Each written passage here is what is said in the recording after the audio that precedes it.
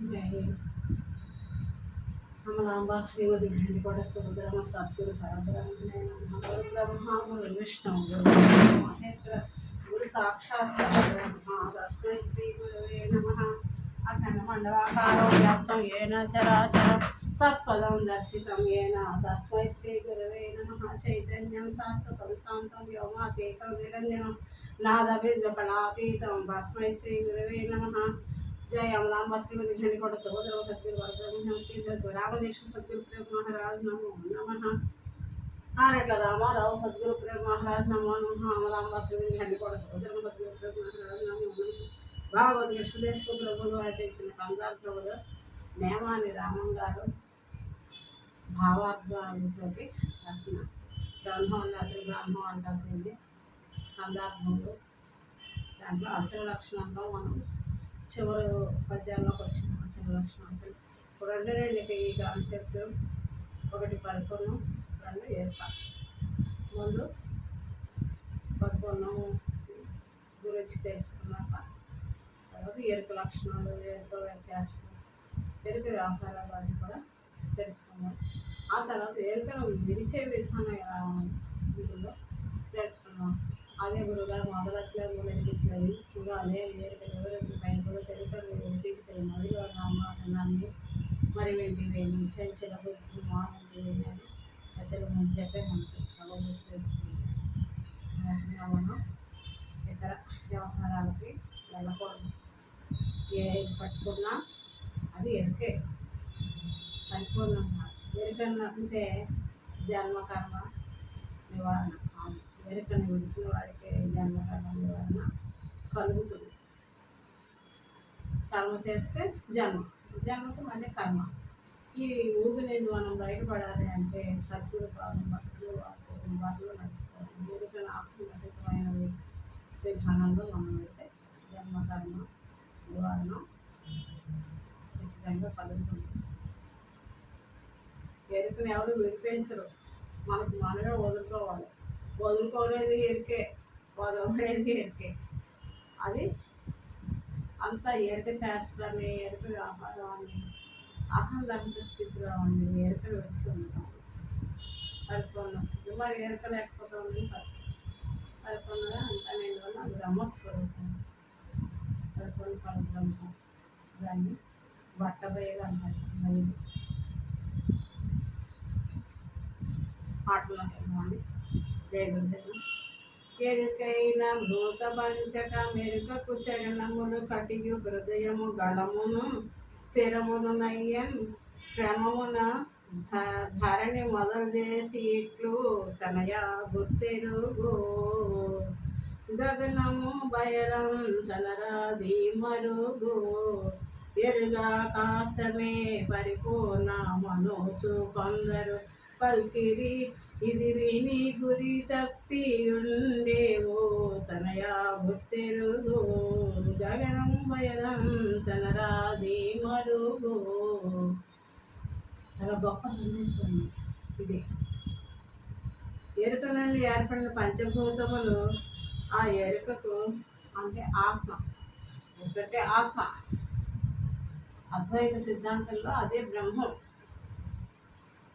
కానీ బ్రహ్మమే అంతా నిండు ఉన్నది ఆ బ్రహ్మస్వరూపం అదే పంచభూతాలయ్యి ఆత్మ నుంచి ఆకాశం ఆకాశం నుంచి వాయువు వాయువు నుంచి అగ్ని అగ్ని నుంచి జలం జలం నుంచి పృథ్వీ పృథ్వీ నుంచి ఓషధులు నుంచి నరులాది సకల జంతు జాలముల పరమాత్మ మాయ వలన అంటారు చదువుకున్నాం ఆత్మ నుంచి ఆకాశం మొదలు త్రిగుణాత్మక చైతన్య శక్తి జ్యోతిర్మయ బిందువు ఏర్పడింది దాని నుంచి ఇలాగా సత్వరజ స్తమోగుణంతో కూడుకుని సృష్టి యావత్తు ఏర్పడింది దాని నుంచి పంచభూతాలు ఆ పంచభూతాల నుంచి పంచ తన్మాత్రలు పంచతన్మాత్రల నుంచి పంచశక్తుల నుంచి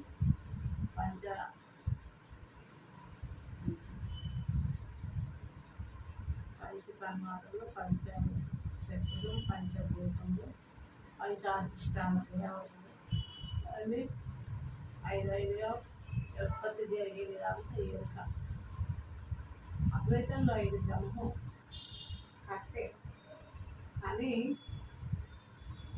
అహం బ్రహ్మాస్మి, ఈ జ్ఞానం తెలుసుకుని నేను బ్రహ్మనై ఉన్నాను అనే స్థితికి ఎదుగుతాను.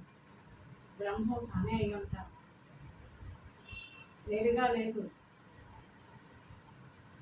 ఆ పరమాత్మ, ఈ జీవాత్మ మరి ఆ ధారణా శక్తితోటి తపస్సు సాధనలు చేసి రెండు ఏకమైన స్థితికి ఎదుగుతారు.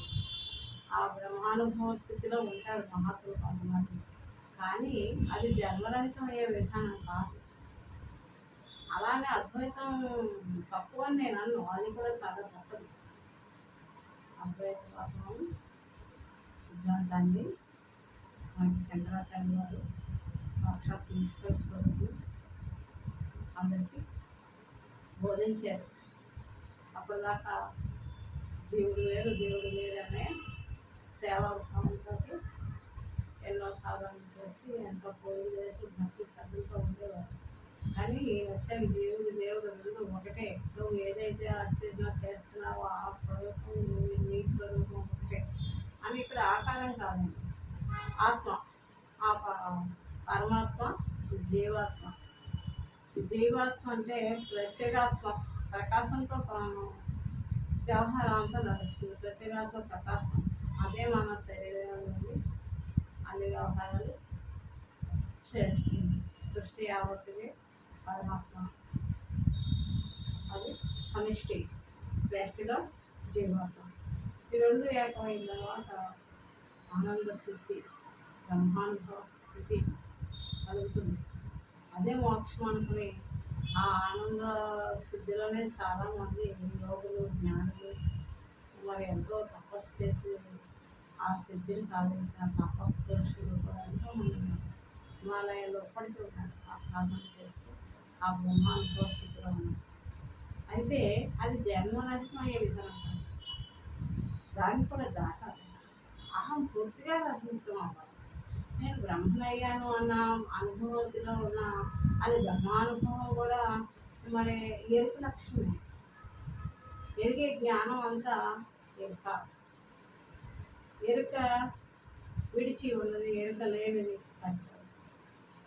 అది సాధనలోకి ఈ బ్రహ్మానుభవ స్థితి కలిగి రెండు ఒకటైన తర్వాత జీవాత్మ పరమాత్మ రెండు ఐక్యం చేసుకుని ఆ రెండు లేని స్థితికి ఎదగాలి. అది అచల స్థితి, అహంతమైన స్థితి. ఈ స్థితిలో ఉంటే ఇంకా జన్మ లేదు, కర్మ లేదు. ఎప్పుడో మరణం వచ్చినప్పుడు ఆ స్థితిలో కలిగి ఉండడం కాదు, ఈ క్షణమే మనం లేము. గురుపాదం పట్టుకొని మనం అసలు దీక్ష తీసుకున్నాక గురువుకి మన తను తన ప్రాణాల గురువుకి ఎంత చేస్తాం, గురుపాదాల దగ్గర ధార పోషిస్తాం గురు కట్నంగా. ఇంక లేని వాళ్ళమే కదా, అప్పుడే గురుపాదాల మీద ధార పోషిస్తాం. లేవు మరి ముందు వ్యవహారం చేస్తున్నాం అంటే అంత గురువే మన బంధువులు, గురు కార్యమే మనం నెరవేర్చుకుంటున్నారు. దాని ఫలితం కూడా ఆ గురుమూర్తులు. అలా అని మనం దుష్కార్యాలు చేయకూడదు, మంచి కార్యం చేయాలి. ఇదంతా కళ ప్రపంచం. ఆ కళలో మనం కొట్లాటలు గొడవలు ఎందుకు, మనస్తాపం చెందడం, ఇతరులకు ఇబ్బంది కలిగించడం, మనం తర్వాత కర్మ ఫలం మనం అనుభవించడం వద్దు. ఇదంతా కలమొచ్చటే అయినా మంచి కలగానే మిగులుతాం. అన్నీ మంచి కార్యాలు చేయండి. మంచి చెడు అన్న వివేకం మనకి తెలుస్తుంది.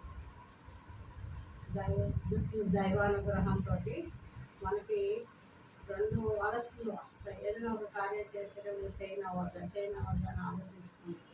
అది సర్వశ్రేయస్కరం, అందరికీ మంచి జరుగుతుంది దానివల్ల మనకి మంచి జరుగుతుంది అన్న పని మనం చేయాలి. అది వద్దు, మీకు ఇబ్బంది, సమాజానికి ఇబ్బంది, అది వద్దు అని మనలోనే ఒక ఆలోచన మళ్ళీ వస్తుంది. అలాగా మంచిది కాదు అన్న పని మనం చేయకూడదు. ఇది అందరికీ యోగ్యతగా ఉంది, అందరికీ మంచి జరుగుతుంది, మన ఈ కార్యం చేయడం వలన అని మనకి మంచి చెడు వివేకం కాదు. ఒకవేళ మనం నిర్ణయం చేసుకోవాలి లేకపోతే నేనేం చేస్తానంటే ఒక కాయిన్ తీసుకుని బొమ్మ కోసం చేసుకుంటాను. ఆ గురుదేవులని కలుసుకుని బొమ్మ పడితే నేను ఈ పని చేయమని గురువు ఆదేశించారని భావించి వేసుకుంటాను, టాస్ వేసుకుంటాను. పడితే గురుకార్యంగా నెరవేర్చుకుంటాం. అంటే మనం నిర్ణయం తీసుకోలేని కొన్ని జటిల సమస్యలు వస్తూ ఉంటాయి ఒకసారి. అలాంటప్పుడు పెద్దలు నిర్ణయం తీసుకుంటారు. వాళ్ళు శరీరంతో లేరు కాబట్టి వాళ్ళు అశరీర స్థితిలో మనం ఉంటారు, మన మధ్య ఉంటారు. అశరీర పరమాత్మ అంటాం మనం. అదే పరిపూర్ణ పరబ్రహ్మ అఖండ గురు స్థానంలో ఉన్నారు గురువు. ఈ శరీరరహిత స్థితికి మనం ఎదిగితే మనం ఆ స్థాయికి చేరుకుంటాం. వేసుకున్నది ఆ గురువు ఆజ్ఞగా భావించి అది వరుస పడింది అనుకోండి, వద్దు గురువు గారు వద్దన్నారు అనేసి ఇంకా ఆ పని జోలికి వెళ్ళాం. అది ఎంతో మనకి కలిసి వచ్చేదైనా సరే గురువు ఆజ్ఞ లేదు వెళ్ళకూడదు అని అనుకుంటాం. అది బొమ్మ పడింది అనుకోండి, కష్టసాధ్యమైనా సరే ఇది గురువు ఆజ్ఞ, ఇది మనమే చెయ్యాలి అని నేను తీసుకొని చేసేస్తాను. నా వరకు నేను చెప్తున్నాను. అలాగండి మంచి నిర్ణయాలు తీసుకుని మంచి కార్యాలు చేయండి, మంచి మార్గంలో ఉండండి. తర్వాత మనల్ని కట్టేసేటప్పుడు గురువు గారి మీద ఉంటుంది.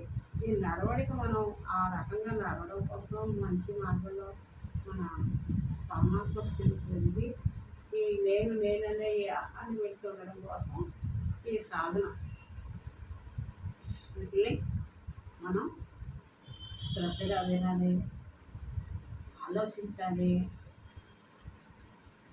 నిర్ణయం తీసుకోవాలి, ఆనందపడాలి. ఆనంద స్థితికి ఎదగాలి. తర్వాత ఆనందరహితము ఆచరణ స్థితికి ఎదగాలి.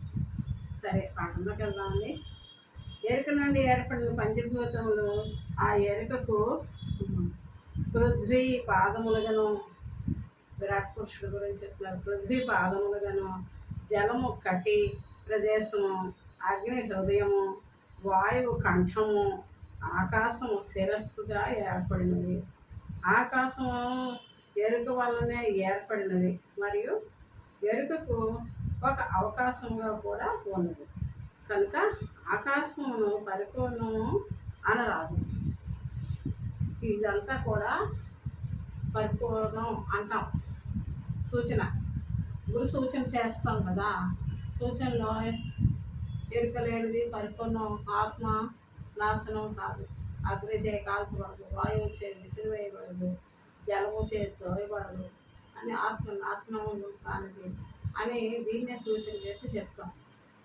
కానీ ఇది ఆకాశం అనుకుంటేనేమో ఇది ఆకాశం కాదు, పరిపూర్ణం. ఆకాశాన్ని చూపించి మనం అనుకుంటే అది ఎరుకే అని ఈ మధ్య భావం. ఆకాశాతీతం కనుక ఆకాశం పరిపూర్ణం కాదు. ఈ మరుగు ఎరుగక కొందరు ఆకాశమే బయలు పరిపూర్ణం అని చెప్తున్నారు. అది విని పొరపాటు పడదు ఏమో. ఆకాశము పరిపూర్ణము కాదు. ఆకాశంలో మళ్ళీ శబ్దగుణం ఉంది. మరి శబ్దగుణం తన్మాత్ర రహితమైంది కదా పరిపూర్ణం. శబ్ద తన్మాత్రం అని వస్తుంది. ఆకాశాతీతం, ఆత్మాతీతం, పరిపూర్ణం. విశేష భావన ఏంటంటే నీ నా మధ్య అంతటా నిండి ఉన్నది మూడు ఆకాశములు. మూడు ఆకాశాలు ఉన్నాయండి. నీకు నాకు మధ్యన మూడు ఆకాశాలు చెప్తున్నారు ఇక్కడ గురువు గారు. ఇది పంచభూతములతో ఏర్పడినది, ఆత్మ నుండి పుట్టినది. శబ్దగుణము నలుపు రంగు చీకటి వెలుతురుతో కూడి ఉన్నది. అది ఆకాశము నల్లని రంగులో ఉంటుందట. శబ్దగుణం మాత్రమే ఉంది అందులో. నల్లని రంగు, కాకి వలె నల్లని రంగులో ఉన్నదట ఆకాశం. శబ్దగుణం కలిగి నలుపు రంగులో చీకటి వెలుతురుతో కూడి ఉంది. నలుపు రంగుతో పాటు సూర్యకాంతి ఏర్పడినప్పుడు తెలుపు రంగులో ఉంది. ఈ నలుపు తెలుపులతో కూడినది ఆకాశం. శబ్దగుణం నలుపు తెలుపులతో కూడినది. అవకాశం, ఇది అవకాశం కలిగి ఉన్నది. మహాకాశం, ఇది భూతాకాశం మనం అనుకోండి. ఇంకా మహాకాశం, భూతాకాశం, మహాకాశం. భూతాకాశం బ్రహ్మ కాదని బుద్ధి బలముచే అది లేదని తీసివేసిన చో ఉన్నది మహాకాశము. ఈ భూతాకాశం బ్రహ్మం కాదు, ఇందులో శబ్దగుణం ఉంది, నిశ్శబ్దము నిశ్శబ్ద బ్రహ్మం వచ్చితే అన్నారు. మరి శబ్దగుణం కలిగినది బ్రహ్మం కాదు, నిశ్శబ్దం బ్రహ్మం అన్నారు. అలా అని శబ్దగుణం కలిగిన ఈ ఆకాశాన్ని దాటి మనం ఆకాశ మహాకాశం అంటారు. ఈ ఆకాశానికి ఆవలది మహాకాశం. ఆ మహాకాశం ఇదియే పరమాత్మ బ్రహ్మము ఇది అను అవకాశము రూపమే శబ్దం నిశ్శబ్దము శబ్దరూపంగా ఉన్నది. చీకటి వెలుతురు కానిది అమృత స్వరూపము సత్తా ప్రధానమైనది కనుక దీనినే ఈ సాంప్రదాయకులు ఏరికని వ్యాపరించరు. ఈ ఆకాశము ఆత్మ నుంచి ఏర్పడింది. మరి ఆత్మస్థితికి ఎదిగితే అందులో ఆకాశం లేదు, అది మహాకాశం. ఆకాశం కొంతే ఆవరణ, అది మహాకాశమే. అది అఖండ గురుస్థానం అంటారు ఈ అచల సిద్ధాంతం. ఇది అఖండ గురుస్థానం అంతా నిండి ఉంది, అందులో ఎరుక కలిగే ఉంది బీజ రూపంలో. అది అఖండ గురుస్థానం. దాన్ని కూడా రహితం చేసుకుంటే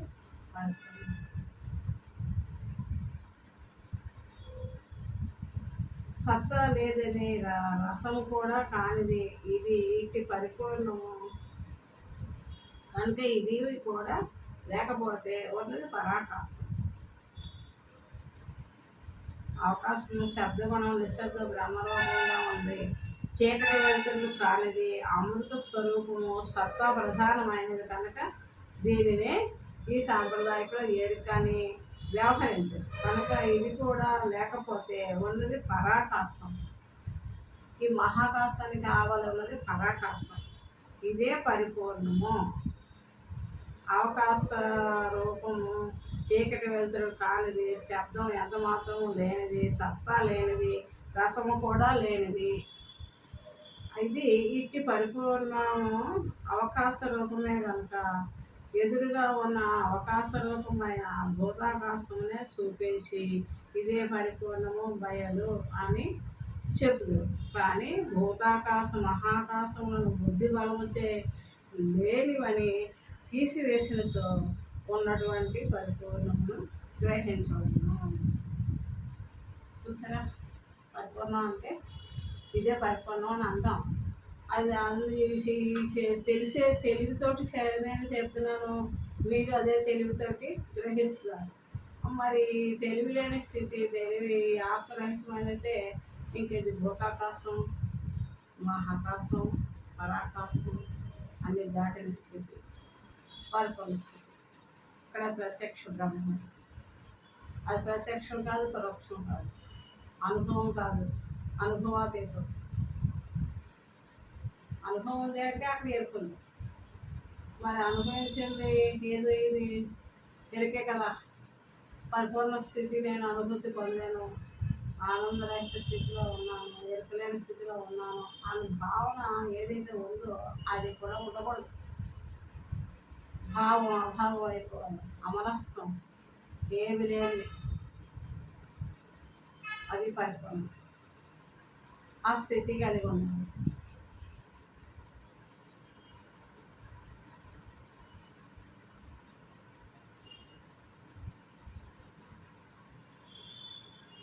పరిపూర్ణమని గ్రహించాలి. అది భూతాకాశ మహాకాశ పరాకాశం కావాలని పరిపూర్ణం అని మనం గ్రహించాలి. ఆ స్థితి కలిగి ఉండాలి నిరంతరం. ఎప్పుడో లేచే సమయం కాదు, ఇప్పుడే ఈ క్షణమే ఆ స్థితి మనం కలిగి ఉంటుంది. ఏ క్షణంలో మనం వచ్చినా మనం ఆ స్థితి తప్పి ఉండం, అలవాటు అయిపోతుంది. ప్రయత్నించండి. ఎరుకలేని స్థితి, ఏ ఆలోచన ఉండకూడదు. అందుకే మంత్రోపదేశం తీసుకోవాలి. మంత్ర జపం చేసుకుంటూ ఉంటే మంత్రాన్ని మనసు కట్టుపడేస్తుంది. ఆ మంత్రమే కట్టుపడేస్తుంది మనసు. లేదంటే రకరకాలుగా ఉంటాయి, ఏకాగ్రత కుదరదు. మంత్రదీక్ష తీసుకుని మంత్ర సాధన జపం చేసుకుంటూ అలా ఆత్మరహిత స్థితికి వెళ్తాం. ధ్యానంలో వందనం చేసుకుంటూ ఆత్మరహిత స్థితి కలుగుతుంది. అది ఒక్కసారి మీరు అనుభూతి పొందాక ఇంక నిరంతరం ఆ స్థితిలోనే ఉంటారు. ఎందుకంటే మనకి అడ్రస్ తెలిసిపోయింది. అడ్రస్ తెలిసిపోయాక వెళ్ళడం చాలా సులువు కదా. వెళ్ళడం అంటే ఎక్కడికి వెళ్ళి మనం ఉన్నది ఉన్నట్టుగానే వదిలేసి ఆ ఉన్నదాన్ని తెలుసుకుని లేని ఎరిగి మాయని రాకపోకలు కలిగి ఉన్న మాయని వదిలేసి నిశ్చల స్థితి సనాతనం అంటే ఎల్లవేళలో ఉన్నది ఆ బ్రహ్మ స్థితిని తెలుసుకుని ఇది తెలుసుకుని తెలివి విడిచి ఉంటాం. జై గురుదేవ. నెక్స్ట్, విత్తే చెట్టై పుట్టును విత్తే చెట్టై పుట్టును విత్తే విత్తనము రీతి వెలయును ధరపై విత్తుకు చెట్టుకు వేరే విత్తనమొకటున్నదని నా వినకూడదోయి తనకు దా బుట్టును వినవోయి. విత్తే చెట్టుకు విత్తు చెట్టుల రెండ్ని విధమి భూమెరుగనట్లు నొత్త బయలెరుగదు సత్తు చిత్తుల రెండ్ని వినకూడదోయి తనకు దా బుట్టును వినవోయి. విత్తే చెట్టుకు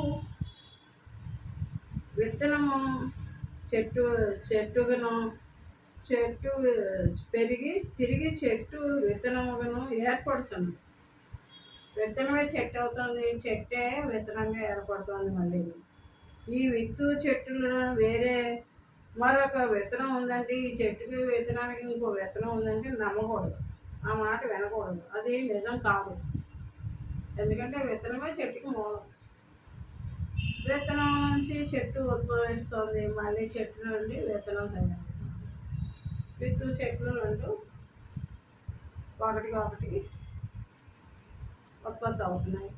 దానికి మళ్ళీ ఇంకో విత్తనం ఉందనంటే నమ్మకం.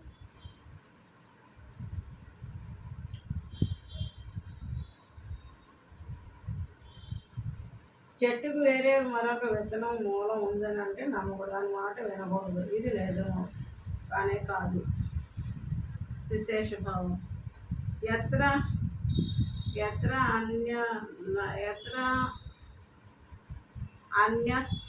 అన్యస్పత్స్యతి అస్య శృతి అన్యత్ విజానాతి తదల్పం.